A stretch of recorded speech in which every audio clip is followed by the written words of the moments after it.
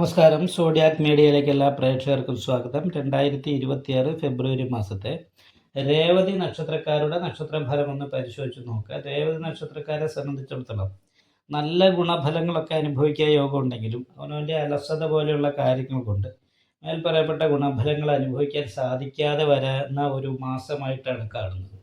കാരണം ദുരിത ഭവനാധിപതിയായിട്ട് അലസപ്രശി നിര്യാണകാരകനായിരിക്കുന്ന ശനി ലഗ്നത്തിൽ നിൽക്കുന്നതുകൊണ്ട് നിരാശ, അലസത ഇങ്ങനെയുള്ള കാര്യങ്ങൾ വർദ്ധിക്കാനുള്ള സാധ്യതയുണ്ട്.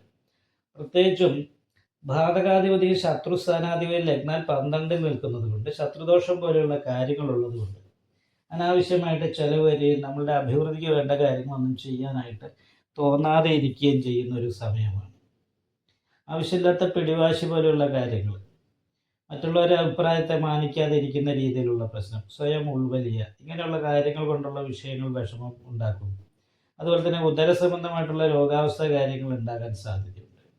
അപ്പോൾ നല്ല പരിഹാരങ്ങൾ ചെയ്താൽ മാത്രമേ ഈ മാസത്തിൽ അനുകൂലാവസ്ഥ ഉണ്ടാവുള്ളൂ. കാരണം ശത്രുദോഷം അത്ര സ്ട്രോങ് ആണ്.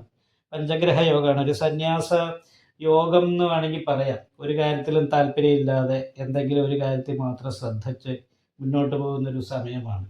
ഇപ്പോൾ കുടുംബ സംബന്ധമായിട്ടൊക്കെ കുറച്ച് പ്രശ്നങ്ങൾ ഉണ്ടാകുക, വീട് വിട്ട് നിൽക്കാനിട വരിക, ഭൂമി വിൽപ്പനയ്ക്ക് യോഗം ഉണ്ടാകുക, ഭൂമിയായിട്ട് ബന്ധപ്പെട്ട അതിർത്തി പ്രശ്നങ്ങളോ വഴി പ്രശ്നങ്ങളോ പോലെയുള്ള വിഷയങ്ങൾ ഉണ്ടാകുക, അതുപോലെ തന്നെ കിണർ മുതലായിട്ടുള്ള ജലസ്ഥാനങ്ങളുമായിട്ട് ബന്ധപ്പെട്ടുള്ള ദോഷങ്ങൾ ഉണ്ടാകുക, പ്രശ്നങ്ങൾ ഉണ്ടാകുക. അപ്പോൾ പല രീതിയിൽ ശത്രുദോഷത്തിന് ആക്കം കൂടാനുള്ള സാധ്യതയുള്ളൊരു സമയമാണ്.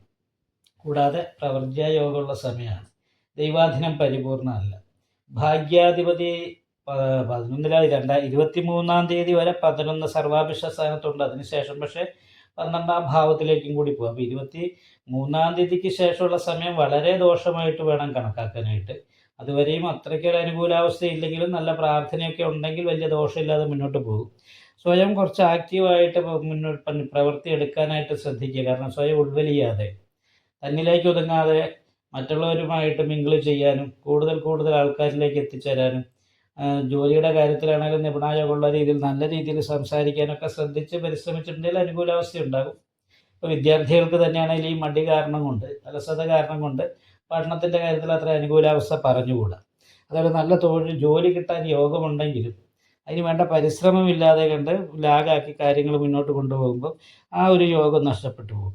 ജോലി കിട്ടാനുള്ളൊരു സാധ്യതയില്ലാതെ. അപ്പോൾ അത് കാരണം കൊണ്ട് വളരെ ആക്റ്റീവ് ആകാനായിട്ട് ശ്രദ്ധിച്ചാൽ മാത്രമേ ഈ മാസത്തിൽ അനുകൂലമായിരിക്കുന്ന ഗുണഫലം രേവതി നക്ഷത്രക്കാർക്ക് അനുഭവിക്കാനായിട്ട് സാധിക്കുള്ളൂ. അതിന് പ്രധാനമായിട്ടും വേണ്ടത് ക്ഷേത്ര ദർശനമൊക്കെ തന്നെയാണ്. ശത്രുദോഷ പരിഹാരം ചെയ്യണം. അപ്പോൾ ശത്രുദോഷ പരിഹാരമായിട്ട് ശിവക്ഷേത്രത്തിൽ അഘോര പുഷ്പാഞ്ജലി, വിഷ്ണു ക്ഷേത്രത്തിൽ സുദർശന പുഷ്പാഞ്ജലി, നെയ്വിളക്ക്, അതേപോലെ തന്നെ ഗണപതി ഹോമം ചെയ്യണം, രക്തപുഷ്പാഞ്ജലിയും നെയ്വിളക്കും കഴിപ്പിക്കണം. അല്ലെങ്കിൽ പിന്നെ ചെറിയ ഗുരുതി പുഷ്പാഞ്ജലിയോ ഏതെങ്കിലും ഒന്ന് ചെയ്യണം.